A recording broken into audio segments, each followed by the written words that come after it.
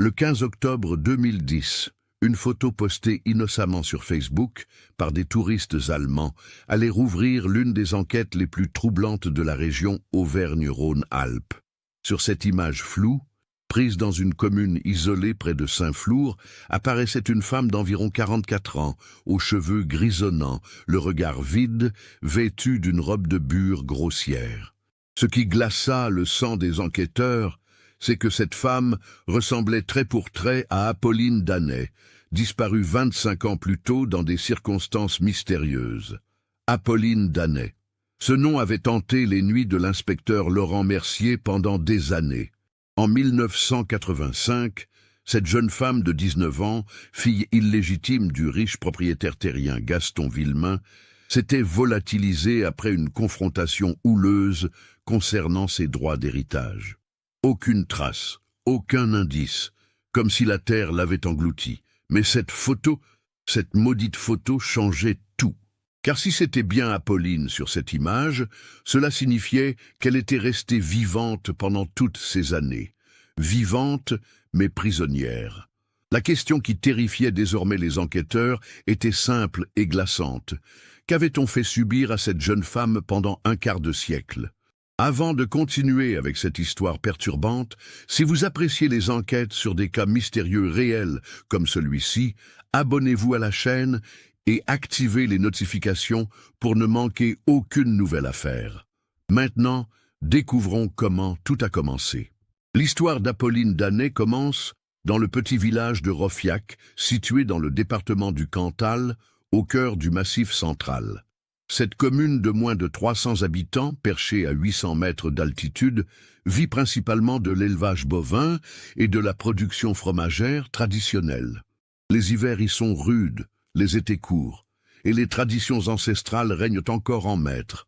En 1985, la région traversait une période de mutations agricoles importantes. Les petites exploitations familiales peinaient à survivre face à la modernisation et à la concurrence européenne.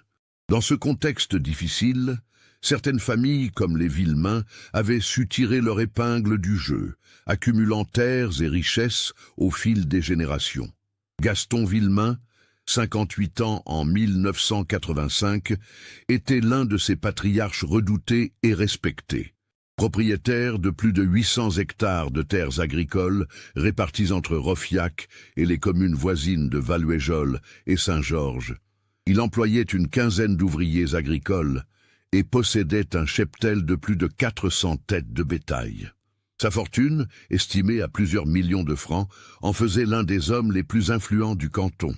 Physiquement imposant, mesurant 1,90 m et pesant plus de 100 kilos, Gaston Villemain inspirait un mélange de crainte et de respect.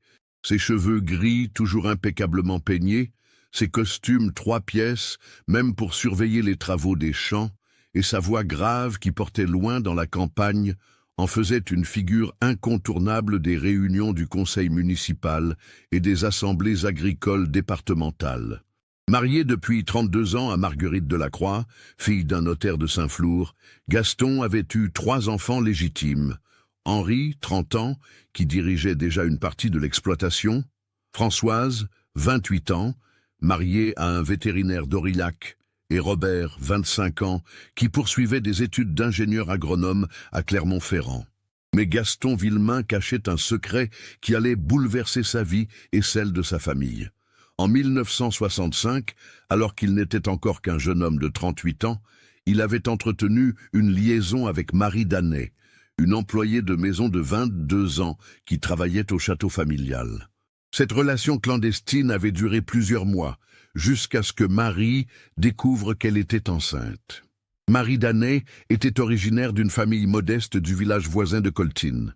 Orpheline de père depuis l'âge de 12 ans, elle avait quitté l'école très jeune pour aider sa mère, lingère de profession, à élever ses 3 petits frères. Jolie femme aux cheveux châtains et aux yeux verts, Marie avait été embauchée par Marguerite Villemain en 1964 pour s'occuper du ménage et de la cuisine du château. La liaison entre Gaston et Marie était restée secrète. Mais quand la grossesse fut découverte, Gaston ne put nier sa paternité. Les ressemblances physiques étaient trop évidentes. La même mâchoire carrée, les mêmes yeux verts perçants, la même corpulence imposante qui se dessinerait chez l'enfant en grandissant.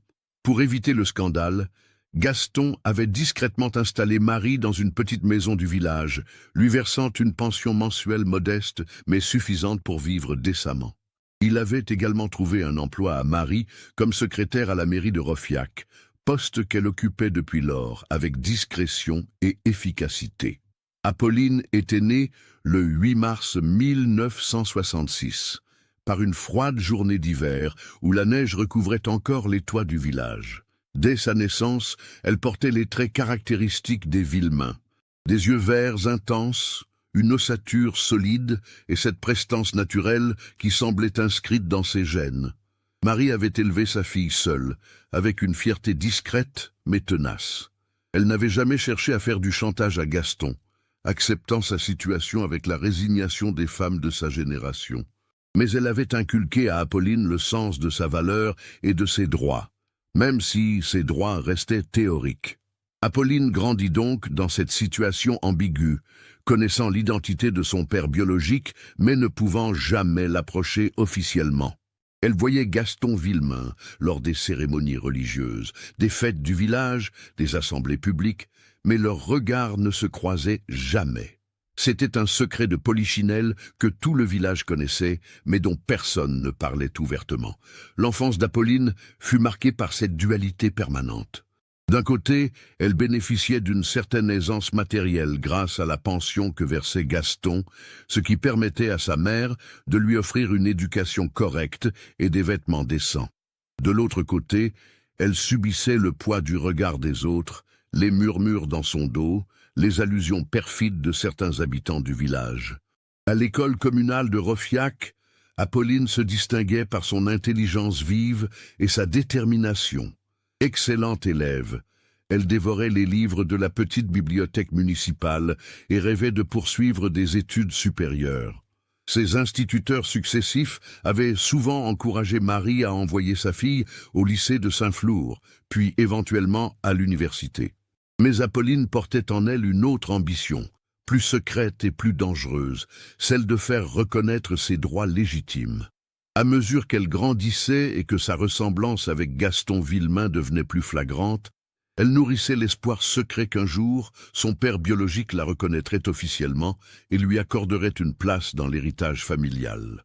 Cette obsession s'était renforcée quand Apolline avait appris, vers l'âge de 15 ans, que la loi française permettait désormais aux enfants naturels de réclamer une part d'héritage, même sans reconnaissance paternelle, à condition de prouver la filiation. Cette révélation avait fait naître en elle un espoir nouveau et une détermination farouche. En 1985, Apolline avait 19 ans. Grande et élancée, elle avait hérité de la beauté de sa mère et de la prestance des Villemains. Ses cheveux châtains aux reflets dorés encadraient un visage aux traits fins mais volontaires. Ses yeux verts, identiques à ceux de Gaston, brillaient d'une intelligence et d'une détermination qui impressionnaient tous ceux qui la rencontraient. Après avoir obtenu son baccalauréat avec mention, Apolline travaillait comme secrétaire comptable dans une petite entreprise de matériel agricole à Saint-Flour. Chaque matin, elle prenait le bus de 7h15 pour se rendre en ville, parcourant les 28 kilomètres qui séparaient Roffiac du chef-lieu du Cantal. Ce travail lui permettait d'économiser un petit pécule et de prendre de l'assurance dans ses relations avec le monde extérieur. Mais au fond d'elle-même, Apolline nourrissait toujours ce rêve secret de reconnaissance. Elle étudiait discrètement le droit successoral, consultait parfois le jeune avocat stagiaire de Saint-Flour qui venait régulièrement boire un café au bar tabac où elle déjeunait. Peu à peu, elle avait acquis une connaissance précise de ses droits théoriques et des démarches à entreprendre pour les faire valoir. L'année 1985 marquait également une période charnière pour la famille Villemain. Gaston, maintenant âgé de 58 ans, commençait à penser à sa succession. Henri, son fils aîné, gérait déjà une grande partie de l'exploitation avec compétence, mais Gaston gardait jalousement le contrôle des décisions importantes et de la gestion financière. Des rumeurs circulaient dans le village selon lesquelles Gaston envisageait de procéder prochainement à un partage anticipé de ses biens entre ses 3 enfants légitimes. Cette perspective terrifiait Apolline, qui voyait là sa dernière chance de faire valoir ses droits avant qu'il ne soit trop tard. Le vendredi 13 septembre 1985 restera à jamais gravé dans la mémoire collective de Rofiac comme le jour où tout bascula. Ce matin-là, un épais brouillard automnal enveloppait la vallée, donnant au paysage une atmosphère mystérieuse et oppressante qui semblait annoncer les événements tragiques à venir. Apolline s'était levée plus tôt que d'habitude, vers 6 heures du matin. Marie, sa mère, l'avait entendue s'affairer dans la cuisine, préparant son petit déjeuner avec des gestes nerveux et précipités. Quand Marie était descendue vers 6h30, elle avait trouvé sa fille, habillée avec un soin particulier. Un tailleur bleu marine qu'elle réservait aux grandes occasions, des chaussures à talons et un maquillage plus élaboré que celui qu'elle portait habituellement pour aller travailler. « Tu ne vas pas au bureau aujourd'hui ?» avait demandé Marie, intriguée par cette tenue inhabituelle. Apolline avait hésité un instant avant de répondre, jouant nerveusement avec l'anse de sa tasse de café. « Non, maman. J'ai pris ma journée, j'ai quelque chose d'important à faire. » Cette réponse évasive avait inquiété Marie, qui connaissait parfaitement le caractère déterminé de sa fille. Elle avait insisté pour en savoir plus, mais Apolline s'était contentée de dire qu'elle avait une démarche personnelle à effectuer et qu'elle rentrerait avant le dîner. Vers 8 heures, Apolline avait quitté la maison familiale au volant de sa Peugeot 205 blanche. Une voiture d'occasion qu'elle avait achetée l'année précédente grâce à ses économies. Plusieurs voisins l'avaient vue prendre la direction du château Villemain, situé à 3 kilomètres du centre du village, sur les hauteurs dominant la vallée. Le château Villemain, construit au XVIIIe siècle, était une imposante bâtisse de pierre volcanique noire, typique de la région. Entouré d'un parc de 10 hectares et de dépendances agricoles modernes, il trônait majestueusement au centre du domaine familial. L'entrée principale, gardée par un portail de fer forgé orné des armoiries familiales, s'ouvrait sur une allée de tilleuls centenaires longue de 200 mètres. Gaston Villemain recevait ce matin-là dans son bureau une vaste pièce lambrissée située au rez-de-chaussée du château, donnant sur les jardins à la française. Il s'entretenait avec maître Boniface, le notaire familial de Saint-Flour, et son comptable, Monsieur Leclerc, au sujet de la réorganisation de ses biens en vue d'une transmission anticipée à ses enfants. Vers 9h30, la gouvernante, Madame Ferrand, vint frapper discrètement à la porte du bureau pour annoncer qu'une jeune femme demandait à voir Monsieur Villemain. Elle dit s'appeler Apolline Danet et prétend que c'est urgent, avait précisé la gouvernante avec un air embarrassé qui trahissait sa connaissance de l'identité réelle de la visiteuse. Le silence qui suivit cette annonce fut lourd de sous-entendus. Maître Boniface et Monsieur Leclerc échangèrent des regards entendus, car eux aussi connaissaient l'existence d'Apolline et les circonstances de sa naissance. Gaston, après quelques secondes d'hésitation, demanda à ses visiteurs de l'excuser et donna instruction à Madame Ferrand de faire entrer la jeune femme. Apolline pénétra dans le bureau avec une assurance qui masquait mal sa nervosité. Elle n'avait jamais mis les pieds dans le château paternel, et la richesse du décor, les boiseries sculptées, les tableaux de maître, les épais tapis persans, l'impressionnaient malgré elle. Gaston se tenait debout derrière son bureau, imposant dans son costume de tweed, le regard dur et méfiant. « Que me voulez-vous, mademoiselle Danette ?»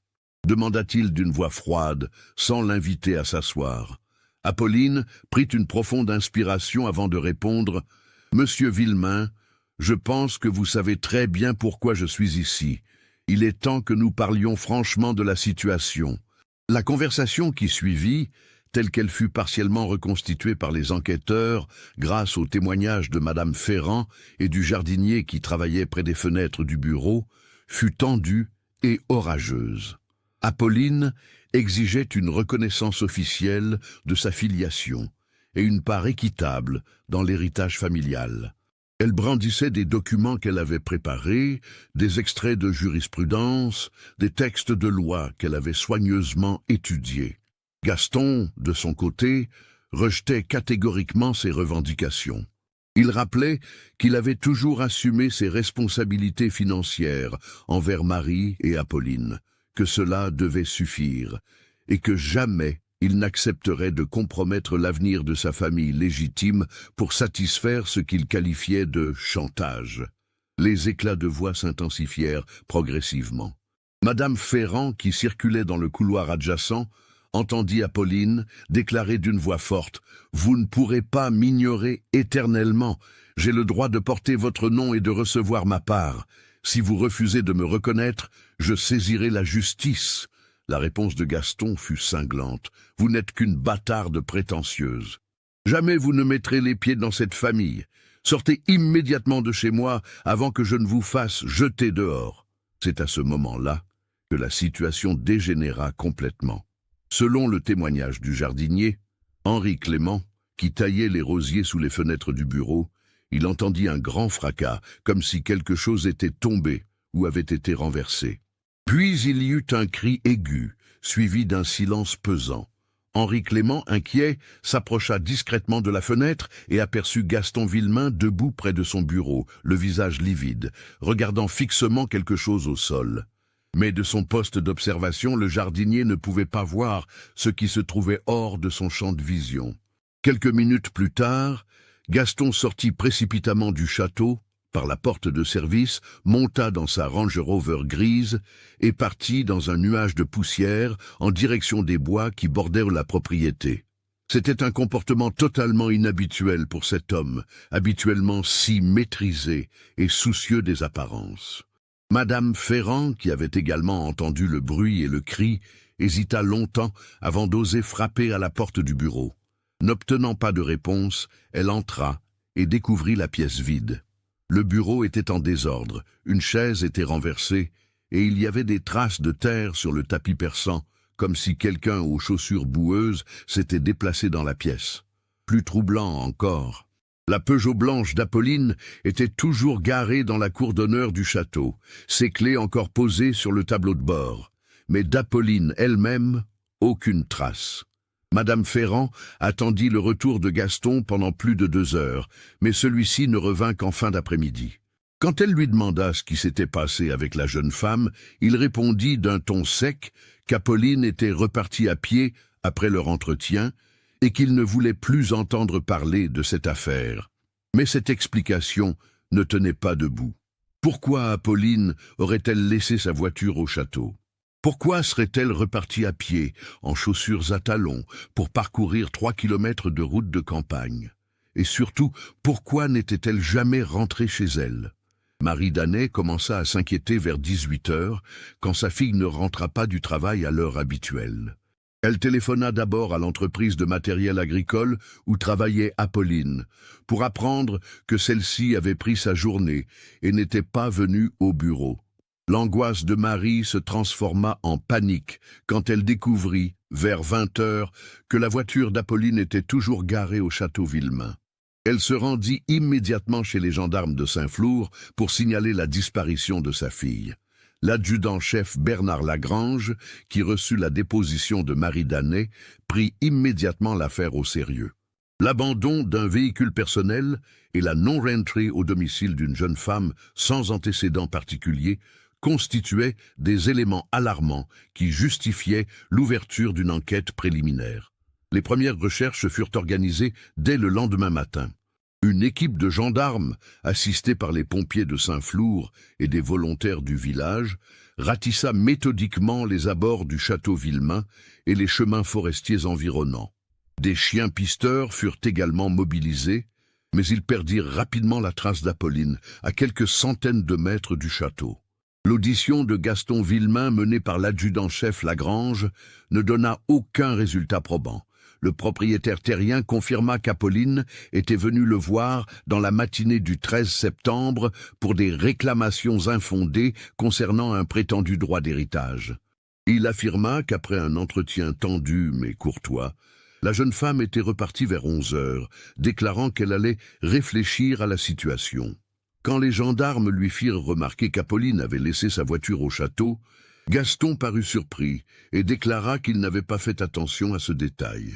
Il suggéra qu'elle avait peut-être été récupérée par quelqu'un d'autre, ou qu'elle avait préféré rentrer à pied pour se changer les idées. Les témoignages de Madame Ferrand et d'Henri Clément furent plus troublants. La gouvernante confirma avoir entendu des éclats de voix et un bruit suspect, mais elle prétendit ne pas avoir osé déranger son employeur. Le jardinier décrivit le départ précipité de Gaston dans sa Range Rover, mais admit qu'il n'avait pas vu Apolline sortir du château. Malgré ces éléments troublants, les enquêteurs ne disposaient d'aucune preuve formelle d'un délit. L'hypothèse d'une fugue volontaire ne pouvait pas être écartée, même si elle semblait peu probable, compte tenu du caractère d'Apolline et de ses liens familiaux. Les recherches se poursuivirent pendant plusieurs semaines, s'étendant progressivement à tout le canton. Les forces de l'ordre explorèrent les grottes naturelles de la région, draguèrent les étangs et les rivières, interrogèrent tous les habitants des villages environnants. Mais Apolline Danet semblait avoir disparu sans laisser la moindre trace, comme si la terre l'avait engloutie. Les mois qui suivirent la disparition d'Apolline transformèrent radicalement la vie de tous ceux qui l'avaient connue. Marie Danet, sa mère, sombra dans une dépression profonde qui l'obligea à prendre un congé maladie de plusieurs mois de son poste à la mairie. Cette femme, autrefois énergique et souriante, devint l'ombre d'elle-même, passant ses journées à attendre un coup de téléphone qui n'arrivait jamais, scrutant chaque voiture qui passait dans l'espoir d'apercevoir le visage de sa fille. Le village de Rofiac, habitué à la tranquillité de la vie rurale, fut profondément marqué par cette disparition inexpliquée. Dans les cafés, sur les marchés, à la sortie de la messe dominicale, les conversations tournaient invariablement autour du mystère Apolline Danet. Chacun y allait de sa théorie. Fugue amoureuse, enlèvement, accident dans les bois, règlement de compte familial. Ces spéculations incessantes créaient une atmosphère de suspicion et de malaise qui empoisonnait les relations entre habitants. La famille Villemain subit également les conséquences de cette affaire. Gaston, qui avait toujours joui d'une réputation irréprochable, se retrouva au centre des ragots et des soupçons. Certains villageois commencèrent à l'éviter, détournant le regard quand ils le croisaient au marché ou dans les rues de Saint-Flour. Ses affaires en pâtirent. Plusieurs clients de longue date cessèrent de faire appel à ses services, préférant traiter avec d'autres éleveurs de la région. Marguerite Villemain, son épouse, découvrit avec amertume l'existence de la liaison passée de son mari et l'identité réelle d'Apolline. Cette révélation tardive ébranla profondément leur mariage de 32 ans. Les disputes éclataient régulièrement au château, souvent entendues par le personnel domestique qui alimentait malgré lui les commérages du village. Henri, Françoise et Robert, les 3 enfants légitimes de Gaston, réagirent différemment à cette révélation familiale. Henri, l'aîné, choisit de soutenir inconditionnellement son père, estimant qu'une erreur de jeunesse ne devait pas compromettre l'avenir de l'exploitation familiale. Françoise, plus sensible, fut profondément troublée par la disparition de cette demi-sœur qu'elle n'avait jamais eu l'occasion de connaître. Quant à Robert, le plus jeune, il remit en question l'image qu'il avait de son père et envisagea même d'abandonner ses études pour s'éloigner de cette atmosphère pesante. L'enquête officielle, menée par l'adjudant-chef Bernard Lagrange, se heurta rapidement à un mur. Malgré des investigations approfondies, aucun élément nouveau ne put être découvert. Les téléphones d'Apolline et de sa mère furent mis sur écoute pendant 3 mois, sans résultat. Les comptes bancaires de la jeune femme ne révélèrent aucun mouvement suspect. Ses amis et collègues de travail furent interrogés à plusieurs reprises, mais tous confirmaient qu'Apolline n'avait jamais évoqué de projet de départ ni de problème particulier. Au bout de 6 mois, faute d'éléments nouveaux, l'enquête fut officiellement suspendue. Le dossier d'Apolline Danet rejoignit les archives des affaires non élucidées de la gendarmerie du Cantal, classé parmi ces mystères qui hantent les enquêteurs tout au long de leur carrière. Marie Danet refusa cependant d'abandonner. Avec le soutien de quelques proches et d'une association d'aide aux familles de disparus qu'elle avait contactées, elle organisa régulièrement des battues de recherche dans la région. Chaque automne, à l'anniversaire de la disparition, une vingtaine de bénévoles se retrouvaient pour explorer de nouveaux secteurs, espérant découvrir un indice qui aurait échappé aux recherches officielles. Ces battues annuelles devinrent une tradition douloureuse mais nécessaire pour Marie. Elles lui permettaient de maintenir l'espoir et de sensibiliser l'opinion publique au sort de sa fille. Les médias locaux, France Bleu Pays d'Auvergne et La Montagne, couvraient régulièrement ces événements, maintenant le nom d'Apolline dans l'actualité régionale. Au fil des années, plusieurs fausses pistes émergèrent, alimentant tour à tour l'espoir et la déception de Marie. En 1988, une femme correspondant au signalement d'Apolline fut aperçue dans une gare de Lyon, mais l'identification s'avéra négative.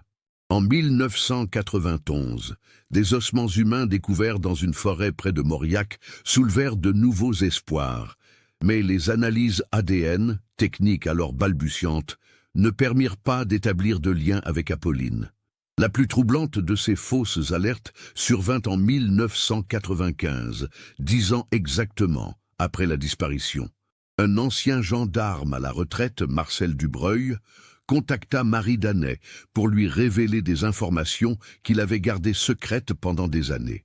Selon lui, quelques jours après la disparition d'Apolline, il avait aperçu la Range Rover de Gaston Villemain garée près de l'ancienne carrière de Saint-Martial, un site abandonné situé à 15 km de Roffiac. Cette révélation relança momentanément l'enquête. La carrière fut fouillée de fond en comble par une équipe de spéléologues et d'enquêteurs, mais aucun indice ne fut découvert. Marcel Dubreuil, interrogé sur les raisons de son long silence, expliqua qu'il avait craint les représailles de Gaston Villemain, homme puissant et influent dans la région. Cette explication, bien que compréhensible, ne convainquit pas totalement les enquêteurs qui soupçonnèrent l'ancien gendarme d'avoir inventé cette histoire pour attirer l'attention. Pendant ce temps, Gaston Villemain tentait de reconstruire sa vie et sa réputation. Il multiplia les actions philanthropiques, finançant la rénovation de l'église de Roffiac et contribuant généreusement aux œuvres caritatives locales. Mais ces efforts ne parvinrent jamais à effacer complètement les soupçons qui pesaient sur lui. En 1999, Gaston fut victime d'un infarctus qui faillit lui coûter la vie. Cette épreuve le marqua profondément et l'amena à réfléchir sur le sens de son existence. Il commença à exprimer des regrets voilés concernant sa gestion de l'affaire Apolline, sans jamais toutefois admettre une quelconque responsabilité dans sa disparition. Marie Danet, elle, ne renonça jamais à ses recherches. Malgré sa santé déclinante et les difficultés financières liées aux frais d'investigation, elle continuait à explorer toutes les pistes possibles. Elle développa une connaissance encyclopédique des affaires de disparition similaires en France et en Europe, espérant trouver des analogies qui pourraient éclairer le sort de sa fille. En 2005, 20 ans après la disparition, Marie prit une décision qui surprit son entourage. Elle engagea un détective privé, maître François Bergeron, ancien commissaire de police reconverti dans les enquêtes privées. Cette initiative, qui lui coûta ses dernières économies, témoignait de sa détermination intacte malgré les années. L'investigation menée par François Bergeron apporta un éclairage nouveau sur l'affaire. Grâce à ses contacts dans la police et à ses méthodes d'investigation modernes, il parvint à reconstituer plus précisément les événements du 13 septembre 1985. Il découvrit notamment que Gaston Villemain avait effectué plusieurs appels téléphoniques mystérieux dans les heures suivant la disparition d'Apolline, call qui n'avait jamais été analysé lors de l'enquête initiale. Plus troublant encore, Bergeron établit que Gaston entretenait des relations étroites avec plusieurs propriétaires terriens de régions isolées, notamment dans les départements de l'Aveyron et de la Lozère. Ces contacts, officiellement liés à des transactions commerciales agricoles, présentaient certaines particularités qui intriguèrent le détective privé. Mais c'est en 2007 que François Bergeron fit une découverte qui allait changer la donne. En enquêtant sur les réseaux professionnels de Gaston Villemain, Il identifia un homme qui revenait régulièrement dans les relations d'affaires du propriétaire terrien. Antoine Martel, dirigeant d'une exploitation agricole située près de Mende, en Lozère. Antoine Martel, âgé de 65 ans en 2007, dirigeait officiellement une ferme d'élevage ovin de moyenne importance. Mais selon les informations recueillies par Bergeron, cette exploitation présentait des caractéristiques inhabituelles. Située dans une vallée isolée, accessible uniquement par une route de montagne peu fréquentée, elle semblait accueillir un nombre anormalement élevé de travailleurs saisonniers qui n'apparaissaient sur aucun registre officiel. Plus intriguant encore, Antoine Martel était également le dirigeant d'une association religieuse appelée Communauté du Renouveau Spirituel, officiellement déclarée en préfecture comme une organisation de méditation et de retour à la terre. Cette communauté, selon les statuts déposés, avait pour vocation d'accueillir des personnes en recherche spirituelle souhaitant vivre en autarcie dans le respect des valeurs chrétiennes traditionnelles. François Bergeron découvrit que Gaston Villemain avait effectué plusieurs versements financiers à cette communauté du renouveau spirituel au cours des années 80 et 90, officiellement présentés comme des dons de bienfaisance dans sa déclaration fiscale. Ces versements, d'un montant total de plus de 100 000 francs sur 15 ans, semblaient disproportionnés par rapport aux revenus déclarés de la communauté. Armé de ces informations, François Bergeron tenta d'approcher discrètement la ferme d'Antoine Martel. Mais ces investigations furent rapidement détectées par les occupants des lieux, qui se montrèrent particulièrement hostiles à toute forme de visite extérieure. La propriété était entourée de hauts grillages et surveillée par des chiens de garde. Des panneaux « propriété privée »,« défense d'entrée » étaient disposés à intervalles réguliers le long de la clôture. Lors de sa seule tentative d'approche directe, François Bergeron fut intercepté par deux hommes robustes qui se présentèrent comme des gardiens de la communauté. Ces derniers lui expliquèrent poliment mais fermement que la communauté ne recevait aucune visite extérieure et que toute intrusion serait considérée comme une violation de domicile. Cette attitude défensive ne fit que renforcer les soupçons du détective privé. Il décida de surveiller discrètement les abords de la propriété pendant plusieurs semaines, relevant les allées et venues des véhicules et tentant de photographier les occupants des lieux. Mais cette surveillance fut rapidement déjouée par les mesures de sécurité mises en place par la communauté. François Bergeron transmit ses découvertes à Marie Danet et suggéra de saisir officiellement la justice pour relancer l'enquête sur la base de ces nouveaux éléments. Mais Marie, affaiblie par 22 ans de recherches infructueuses et de plus en plus malade, hésitait à entreprendre de nouvelles démarches judiciaires qui risquaient de se solder par un nouvel échec. C'est dans ce contexte d'incertitude et de frustration que survint, au début de l'année 2010, l'événement qui allait tout changer.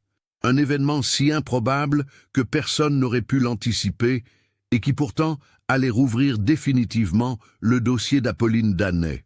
Le 8 octobre 2010, Hans et Greta Zimmermann, un couple de retraités allemands passionnés de randonnée et de photographie, entreprirent un voyage touristique dans le Massif central français. Ces anciens professeurs de Stuttgart, âgés respectivement de 68 et 65 ans, avaient l'habitude de parcourir l'Europe en camping-car, documentant méticuleusement leurs découvertes à travers des milliers de photographies qu'ils partageaient ensuite sur les réseaux sociaux. Leur itinéraire les menait de Clermont-Ferrand vers Millau, en passant par les routes de montagne les moins fréquentées du Cantal et de la Lozère. Hans Zimmermann, ancien professeur de géographie, était particulièrement attiré par les paysages volcaniques de la région et les vestiges de l'architecture rurale traditionnelle. Le 15 octobre, après avoir visité les chaos granitiques de la région de Mende, le couple allemand décida d'explorer une vallée isolée signalée dans leur guide touristique comme un exemple préservé de l'habitat rural traditionnel. Cette vallée, située à 25 km au sud-est de Mende, était accessible par une route départementale sinueuse qui serpentait entre les plateaux calcaires. Vers 15 heures, Hans et Greta arrivèrent dans cette vallée encaissée, dominée par des falaises de calcaire blanc et parsemée de quelques fermes isolées. Le paysage, d'une beauté sauvage et préservée, correspondait parfaitement à ce qu'ils recherchaient pour leur reportage photographique sur la France rurale authentique. Ils garèrent leur camping-car sur un petit terre-plein aménagé au bord de la route et commencèrent leur exploration à pied, munis de leurs appareils photographiques et de leurs caméscopes numériques. Hans documentait systématiquement chaque découverte. Architecture des bâtiments, détails des façades, paysages caractéristiques, scènes de vie rurale. C'est en s'approchant d'une exploitation agricole située au fond de la vallée que le couple allemand fit une rencontre qui allait s'avérer déterminante. Cette ferme, plus importante que les autres, était entourée de vastes prairies où paissaient des troupeaux de moutons. Les bâtiments, bien entretenus, semblaient abriter une exploitation prospère. Près du portail d'entrée de la ferme, plusieurs personnes travaillaient dans un potager collectif. Hans, passionné d'agriculture traditionnelle, s'approcha pour photographier ces scènes de vie rurale qui illustraient parfaitement son sujet d'étude. Il braqua son objectif sur le groupe de travailleurs, ajustant la mise au point pour obtenir un cliché net malgré la distance. Parmi les personnes qui travaillaient dans ce potager, Hans remarqua une femme d'une quarantaine d'années qui se distinguait des autres par son attitude particulière. Contrairement aux autres travailleurs qui s'affairaient avec entrain, cette femme semblait évoluer avec une lenteur anormale, ses gestes paraissant mécaniques et dépourvus d'énergie. Cette femme était vêtue d'une robe grossière de couleur brune, similaire à un habit monacal, qui dissimulait entièrement ses formes. Ses cheveux, d'un châtain grisonnant, étaient cachés sous un foulard de toile beige noué strictement sur la nuque. Son visage, même vu de loin, exprimait une résignation profonde qui contrastait avec l'apparent dynamisme de ses compagnons de travail. Hans prit plusieurs clichés de cette scène pittoresque, sans accorder d'attention particulière à cette femme qui n'était qu'un élément parmi d'autres de sa composition photographique. À ce moment-là, ni lui, ni son épouse ne soupçonnaient qu'il venait de photographier une personne dont la disparition avait bouleversé toute une région 25 ans plus tôt. Leur visite se poursuivit pendant encore 1 heure, au cours de laquelle ils photographièrent d'autres aspects de cette vallée préservée. Ils furent approchés par un homme âgé d'une 50aine d'années qui se présenta comme le responsable de la communauté du renouveau spirituel, et leur expliqua que cette ferme était dirigée par une association religieuse dédiée au retour à la terre et à la méditation. Cet homme, qui s'avérait être Antoine Martel lui-même, se montra courtois mais ferme. Il autorisait les photographies des paysages et des bâtiments vus de l'extérieur, mais interdisait formellement tout contact direct avec les membres de la communauté et toute prise de vue rapprochée des personnes. Il expliqua que ses frères et sœurs en spiritualité avaient choisi de vivre en retrait du monde et ne souhaitaient pas être dérangés dans leur quête spirituelle. Hans et Greta, respectueux des convictions religieuses et des choix de vie d'autrui, acceptèrent ces conditions sans discuter. Ils terminèrent leur visite, prirent congé poliment d'Antoine Martel et regagnèrent leur camping-car pour poursuivre leur périple vers les Cévennes. Ce n'est qu'1 semaine plus tard, de retour dans leur maison de Stuttgart, que Hans Zimmermann procéda au tri et à la retouche de ses photographies numériques. Comme à son habitude, il sélectionna les meilleures prises de vue pour les publier sur son blog de voyage et sur sa page Facebook, accompagnés de commentaires détaillés sur leurs découvertes en France. Le 23 octobre 2010, Hans publia donc sur Facebook un album intitulé « Massif central, France rurale authentique », comprenant une 50aine de photographies prises durant leur séjour. Parmi ces images figurait le cliché pris dans le potager de la communauté, montrant le groupe de travailleurs dans leur activité agricole quotidienne. Cette photographie, techniquement réussie et esthétiquement plaisante, illustrait parfaitement le propos de Hans sur la survivance des traditions rurales dans la France profonde.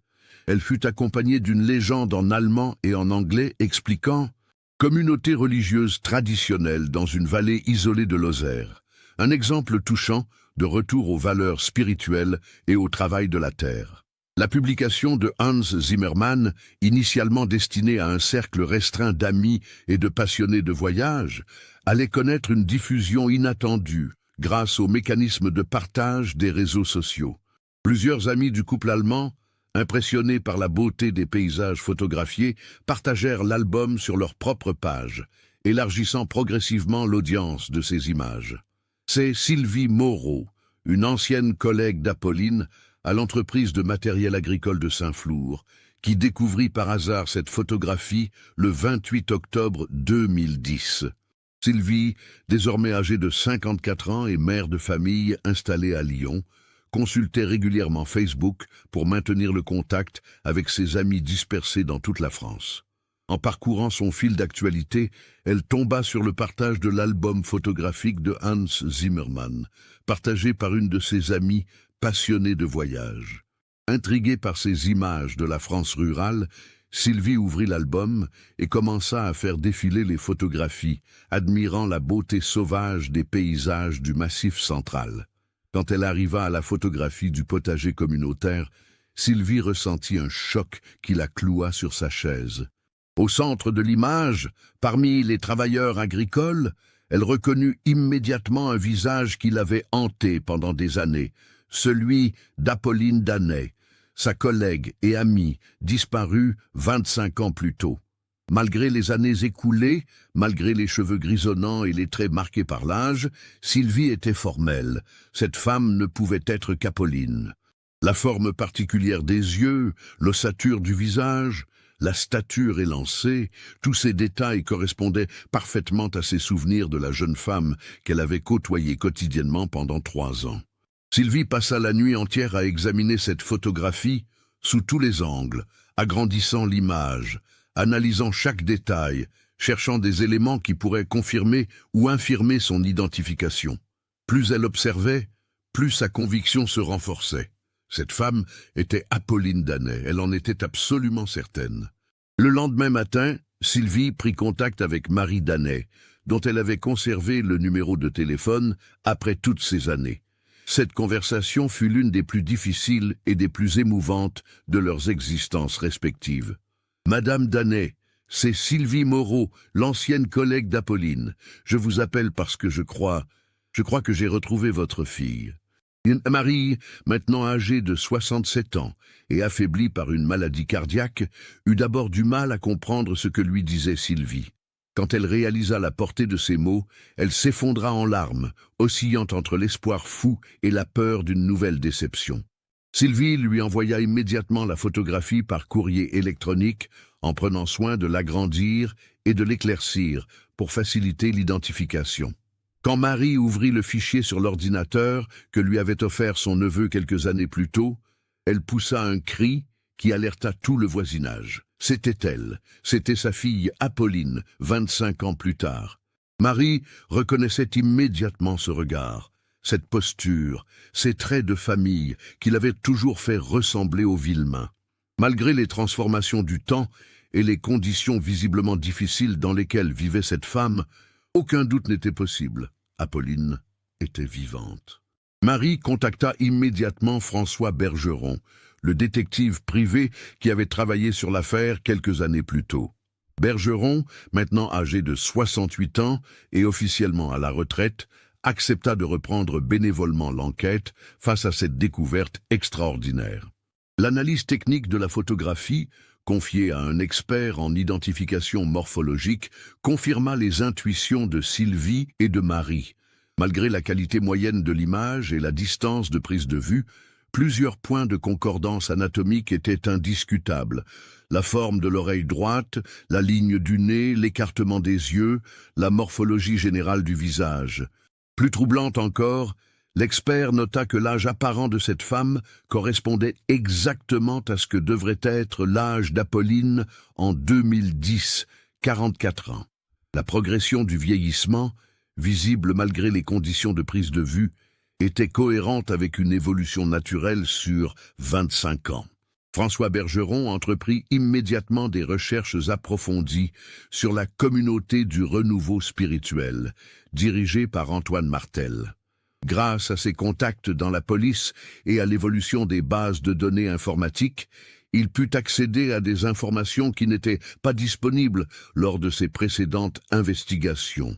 Il découvrit ainsi que cette communauté était officiellement déclarée depuis 1978 et qu'elle avait régulièrement fait l'objet de signalements de la part de familles inquiètes du sort de proches qui y avaient trouvé refuge.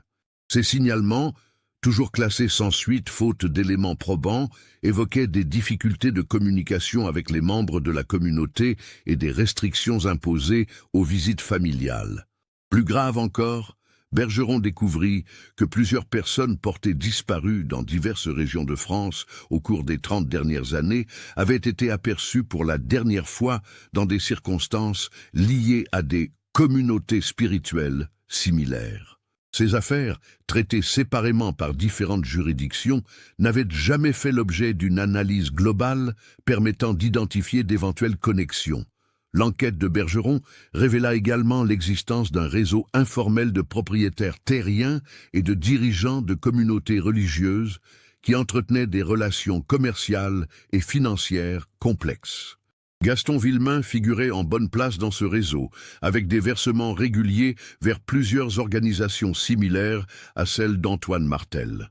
Ces découvertes amenèrent François Bergeron à formuler une hypothèse glaçante. Et si Apolline n'était pas la seule victime de ce système? Et si elle faisait partie d'un trafic organisé de personnes disparues, exploitées comme main-d'œuvre gratuite dans des exploitations agricoles isolées sous couvert d'activités religieuses? Le 31 octobre 2010, François Bergeron transmit l'ensemble de ses découvertes au procureur de la République de Mende en demandant l'ouverture d'une information judiciaire pour enlèvement et séquestration. La photographie d'Apolline, désormais considérée comme une pièce à conviction majeure, fut officiellement versée au dossier. L'enquête judiciaire fut confiée au juge d'instruction Martine Beaumont, magistrate expérimentée spécialisée dans les affaires criminelles complexes. Le 30 novembre 2010, elle ordonna une perquisition de la ferme d'Antoine Martel, opération délicate qui nécessita la mobilisation d'une équipe importante du GIGN, en raison des risques de résistance armée. Cette perquisition, menée à l'aube par 45 hommes lourdement armés, révéla un spectacle qui marqua à vie tous les participants. Dans les bâtiments de la ferme vivaient 43 personnes, dans des conditions déplorables, entassées dans des dortoirs insalubres, nourries d'une alimentation de subsistance, astreintes à un travail agricole intensif sans aucune rémunération. Parmi ces 43 personnes figurait bien Apolline Danet, maintenant âgée de 44 ans, méconnaissable tant elle était amaigrie et vieillie prématurément. Quand les gendarmes prononcèrent son nom, elle les regarda avec incompréhension, comme si elle avait oublié sa propre identité. Il fallut plusieurs heures pour qu'elle accepte de reconnaître son nom et de confirmer qu'elle était bien la fille de Marie Danet. L'interrogatoire d'Apolline Danet, mené avec une infinie précaution par les psychologues spécialisés de la brigade criminelle, révéla progressivement l'ampleur du calvaire qu'elle avait enduré pendant 25 années. Son récit, fragmenté et souvent incohérent en raison du traumatisme psychologique profond qu'elle avait subi, permit néanmoins de reconstituer les événements tragiques du 13 septembre 1985. Ce matin-là, après la confrontation orageuse avec Gaston Villemain dans le bureau du château, Apolline n'était pas repartie de son plein gré, comme l'avait prétendu le propriétaire terrien. En réalité, la dispute avait pris une tournure dramatique, quand Apolline avait menacé de saisir la justice et de révéler publiquement l'existence de leur lien de parenté. Gaston, pris de panique à l'idée que ce scandale puisse compromettre sa réputation et l'avenir de sa famille légitime, avait tenté de convaincre Apolline de renoncer à ses revendications en lui proposant une somme d'argent importante. Mais la jeune femme, forte de ses convictions et de ses droits, avait catégoriquement refusé cette transaction qu'elle considérait comme un nouveau déni de reconnaissance. C'est alors que Gaston avait commis l'irréparable. Dans un moment de rage et de désespoir, il avait assommé Apolline avec un lourd presse-papiers en bronze qui trônait sur son bureau. La jeune femme s'était effondrée. inconsciente, le crâne ensanglanté par le choc violent. Convaincu qu'il l'avait tuée, Gaston avait sombré dans une panique totale. Il ne pouvait pas appeler les secours sans révéler les circonstances de cet accident, ni expliquer la présence d'Apolline dans son bureau. Sa carrière, sa famille, toute son existence sociale étaient menacées de destruction. C'est dans cette situation désespérée qu'il avait contacté Antoine Martel, qu'il connaissait depuis de nombreuses années à travers les réseaux agricoles régionaux.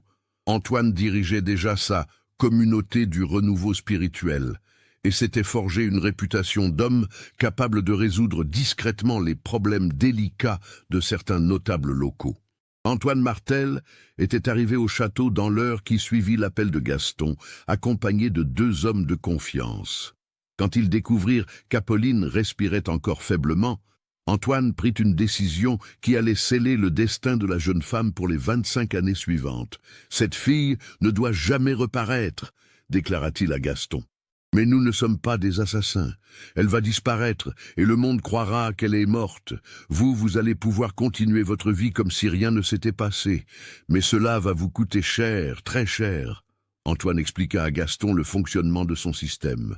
Sa communauté accueillait officiellement des personnes en recherche spirituelle, mais elle servait également de refuge pour faire disparaître des individus gênants pour certaines familles influentes. Ces personnes, officiellement converties à la vie monastique, devenaient une main-d'œuvre gratuite et corvéable à merci pour l'exploitation agricole. Le marché conclu entre les 2 hommes était simple et cynique. Gaston verserait régulièrement des sommes importantes à la communauté, officiellement présentées comme des dons religieux, et en échange, Apolline disparaîtrait à jamais de la surface de la terre. Elle ne serait ni tuée ni torturée, mais elle vivrait dans des conditions de réclusion totale qui l'empêcheraient à jamais de reprendre contact avec le monde extérieur.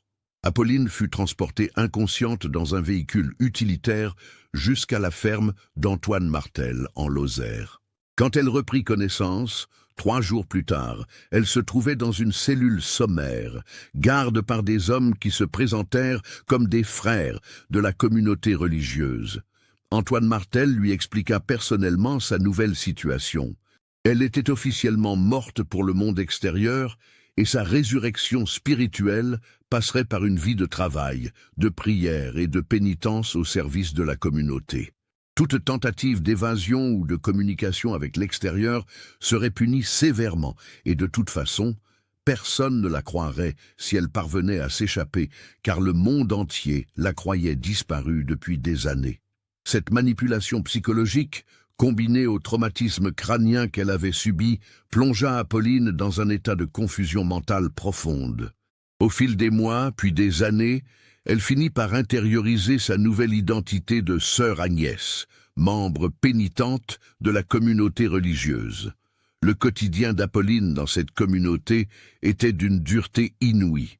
Levée à 5 heures du matin, elle travaillait au champ jusqu'à la nuit tombée, avec de courtes pauses pour les repas et les prières obligatoires. Elle dormait dans un dortoir surpeuplé, partageant sa paillasse avec d'autres femmes dans sa situation. Antoine Martel avait perfectionné son système de contrôle psychologique. Il alternait les punitions sévères et les moments de clémence, créant chez ses victimes un syndrome de Stockholm qui les amenait progressivement à considérer leur geôlier comme un protecteur bienveillant. Il utilisait également la religion comme instrument de manipulation, persuadant ses prisonniers qu'ils expiaient leurs péchés passés à travers cette vie de souffrance. Les autres membres de la communauté étaient pour la plupart dans des situations similaires à celles d'Apolline. Certains étaient d'anciens toxicomanes ou alcooliques que leur famille avait eu fait disparaître pour éviter la honte sociale. D'autres étaient des personnes souffrant de troubles mentaux légers, dont les proches avaient préféré se débarrasser plutôt que d'assumer leur prise en charge. Quelques-uns étaient d'authentiques membres volontaires de la communauté, mais ils constituaient une minorité et servaient d'alibi à l'organisation. Au fil des années, Apolline avait perdu progressivement contact avec sa personnalité d'origine. Les traumatismes psychologiques répétés, l'isolement total, la malnutrition chronique et les conditions de vie déplorables avaient altéré ses capacités cognitives. Elle avait développé une forme de dissociation mentale qui lui permettait de survivre en enfouissant ses souvenirs d'avant dans les profondeurs de son inconscient. Cette stratégie de survie psychologique expliquait pourquoi elle n'avait pas immédiatement reconnu son nom quand les gendarmes l'avaient interpellée. Apolline Danet était devenue une identité fantôme, enfouie sous des années de conditionnement et de souffrance. Il fallut plusieurs semaines de thérapie intensive pour que les psychologues parviennent à faire remonter ces souvenirs enfouis.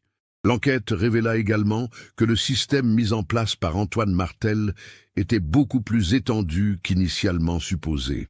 La communauté du renouveau spirituel entretenait des liens avec au moins 15 autres organisations similaires dispersées dans toute la France rurale. Ce réseau clandestin permettait d'échanger des pensionnaires entre communautés, rendant leur localisation encore plus difficile pour les familles qui tentaient de les retrouver. Gaston Villemain, confronté aux révélations d'Apolline et aux preuves accumulées par les enquêteurs, finit par craquer et avouer sa responsabilité dans l'enlèvement. Son témoignage, recueilli par le juge d'instruction Martine Beaumont, confirma en tout point le récit de sa fille. « J'ai paniqué », répéta-t-il inlassablement au cours de ses interrogatoires. « Je n'avais pas l'intention de lui faire du mal. Tout s'est passé si vite. Quand j'ai vu qu'elle était encore vivante, j'ai cru que je pouvais arranger les choses. J'ai pensé qu'Antoine pourrait la cacher quelque temps, le temps que les recherches s'arrêtent. Je ne savais pas qu'elle resterait là-bas pendant 25 ans. Je croyais qu'au bout de quelques mois, elle pourrait refaire sa vie ailleurs, avec une nouvelle identité. » Cette version des faits, bien que révélant la lâcheté et l'égoïsme de Gaston, était probablement sincère. L'homme n'était pas un criminel endurci, mais un notable lâche qui avait commis l'irréparable dans un moment de panique, puis s'était enfoncé dans le mensonge et la complicité pour sauver sa réputation. L'arrestation d'Antoine Martel et de ses principaux complices déclencha un véritable séisme dans les milieux ruraux traditionalistes de plusieurs départements français.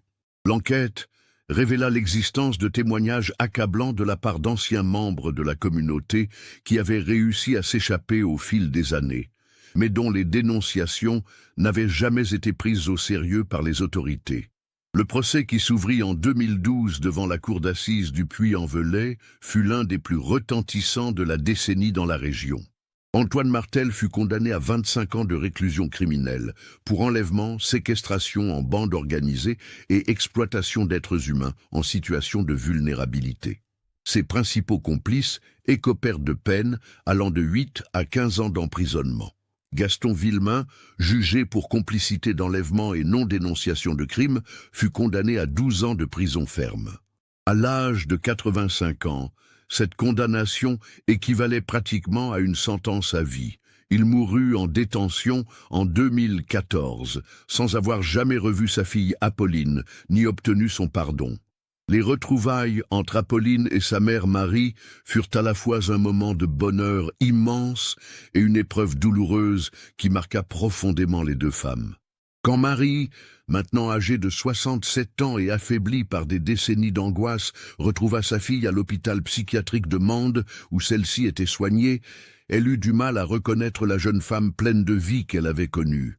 Apolline, amaigrie, prématurément vieillie, le regard souvent absent, portait sur son visage et dans son corps les stigmates de 25 années de captivité. Ses mains, déformées par le travail agricole intensif, ses cheveux grisonnants, ses dents en mauvais état témoignaient des conditions de vie épouvantables qu'elle avait endurées. Plus difficile encore était l'état psychologique d'Apolline. Les traumatismes répétés, l'isolement prolongé et le conditionnement mental avaient profondément altéré sa personnalité. Elle avait perdu la plupart de ses souvenirs d'enfance et d'adolescence, ne se rappelant que confusément de sa vie d'avant la captivité.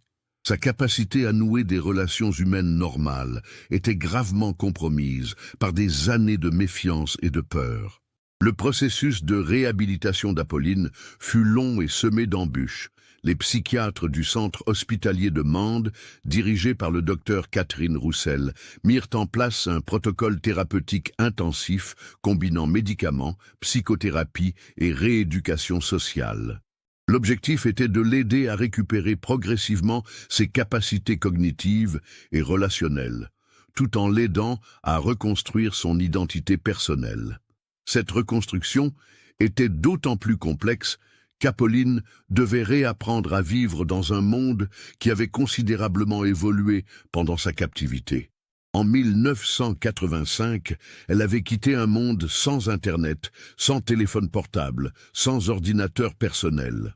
En 2010, elle découvrait une société transformée par la révolution numérique, ce qui ajoutait un sentiment de dépaysement total à ses autres difficultés d'adaptation. Marie, malgré son grand âge et sa santé fragile, consacra ses dernières forces à accompagner sa fille dans cette difficile renaissance. Elle s'installa dans un petit appartement à Mende pour être proche de l'hôpital psychiatrique et pouvoir rendre visite quotidiennement à Apolline. Ces retrouvailles tardives, marquées par la douleur et la difficulté, n'en constituaient pas moins l'accomplissement de 25 années d'espoir et de recherches acharnées.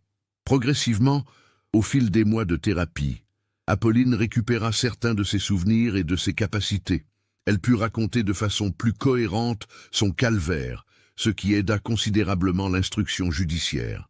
Elle retrouva également des fragments de sa personnalité d'origine, son intelligence, sa détermination, sa soif de justice qui l'avait caractérisée dans sa jeunesse. En 2012, lors du procès d'Antoine Martel et de ses complices, Apolline trouva la force de témoigner publiquement. Son témoignage, d'une dignité et d'une précision remarquables malgré les séquelles psychologiques qu'elle portait, fit une impression considérable sur les jurés et l'opinion publique.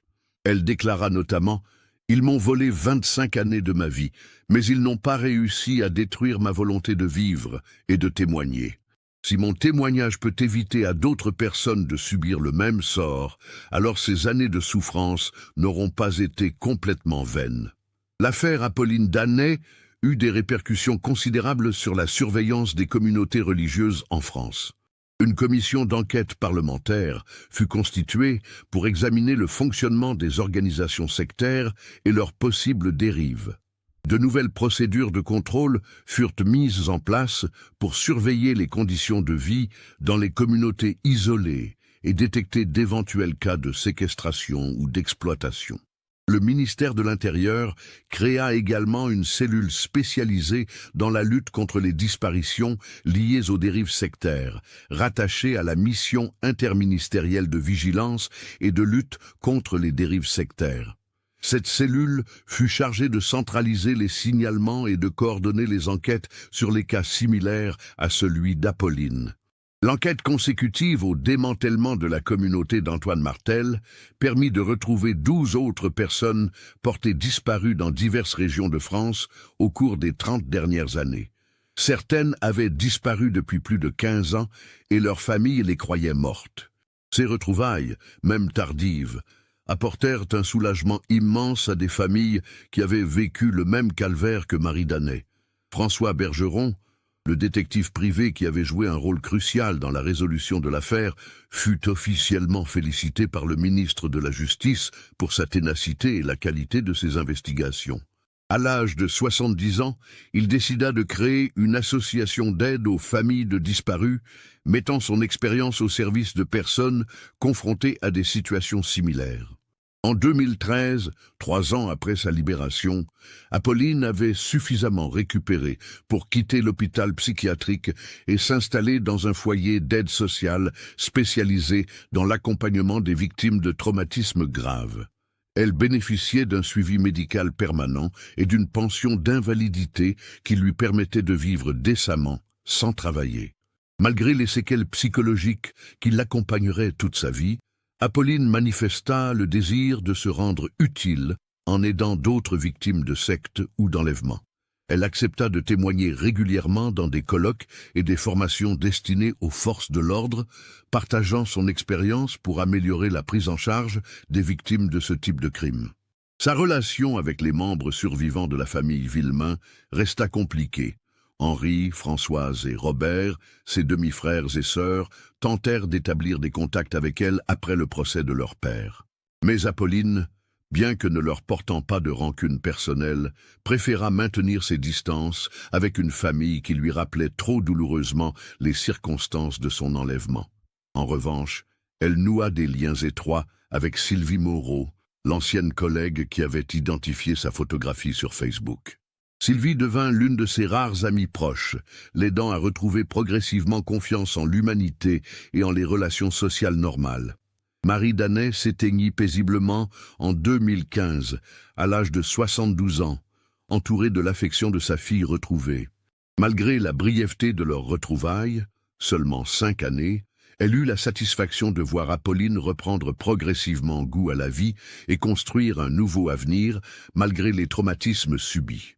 Hans et Greta Zimmermann, le couple de touristes allemands dont la photographie avait permis de résoudre l'affaire, furent invités en France par le ministère de la Justice en 2014 pour être officiellement remerciés de leur contribution involontaire à cette enquête. Ils rencontrèrent Apolline et Marie, partageant un moment d'émotion intense avec ces femmes dont ils avaient changé le destin sans le savoir. L'histoire d'Apolline Danet devint rapidement un symbole de la lutte contre les dérives sectaires et l'exploitation des personnes vulnérables. Sa photographie, celle-là même qui avait permis de la retrouver, fut utilisée dans de nombreuses campagnes de sensibilisation, avec son accord, pour alerter l'opinion publique sur les dangers des organisations sectaires. En 2016, 10 ans exactement après sa photographie fatidique, Apolline accepta de donner sa première grande interview télévisée. Dans cette émission diffusée sur France 2, elle déclara « Je ne souhaite à personne de vivre ce que j'ai vécu, mais je veux que mon histoire serve à quelque chose. Si elle peut éviter ne serait-ce qu'une seule disparition, alors toute cette souffrance aura eu un sens. » Aujourd'hui, Apolline Danet continue de vivre discrètement dans le Cantal, non loin de son village natal de Rofiac. À 58 ans, elle a reconstruit une existence apaisée, entourée de quelques amis fidèles et de professionnels de santé qui l'accompagnent dans son quotidien. Bien que les cicatrices de ses 25 années de captivité ne se soient jamais complètement refermées, elle a retrouvé une forme de sérénité et la conviction que sa survie n'était pas le fruit du hasard. Son combat pour la reconnaissance de ses droits d'héritage, qui avait déclenché toute cette tragédie, lui paraît désormais dérisoire. Les biens de la famille Villemain, saisis et vendus pour indemniser les victimes d'Antoine Martel, ont permis de financer des centres d'aide aux victimes de sectes dans plusieurs départements français. L'affaire Apolline Danet reste dans les annales judiciaires comme l'un des cas les plus troublants de disparition et de séquestration de l'histoire française contemporaine. Elle illustre de façon dramatique comment une dispute familiale apparemment banale peut basculer dans l'horreur, et comment les réseaux sociaux modernes peuvent parfois accomplir ce que des décennies d'enquêtes officielles n'avaient pas réussi à faire. Cette histoire nous montre comment les secrets de famille et la lâcheté peuvent mener aux pires extrémités, mais aussi comment la ténacité d'une mère et un simple hasard technologique peuvent faire triompher la vérité après 25 ans. L'affaire d'Apolline Danet nous rappelle que derrière chaque disparition se cache un drame humain complexe et que l'espoir ne doit jamais être abandonné. Avez-vous remarqué les indices qui jalonnaient cette enquête ? La relation entre Gaston Villemain et Antoine Martel, les versements financiers réguliers, l'attitude suspecte de la communauté? Partagez vos réflexions dans les commentaires. Si cette enquête approfondie vous a marqué, n'oubliez pas de vous abonner à la chaîne et d'activer les notifications pour ne manquer aucune de nos futures investigations. Laissez un like si cette histoire vous a touché et partagez-la avec ceux qui s'intéressent aux affaires criminelles réelles.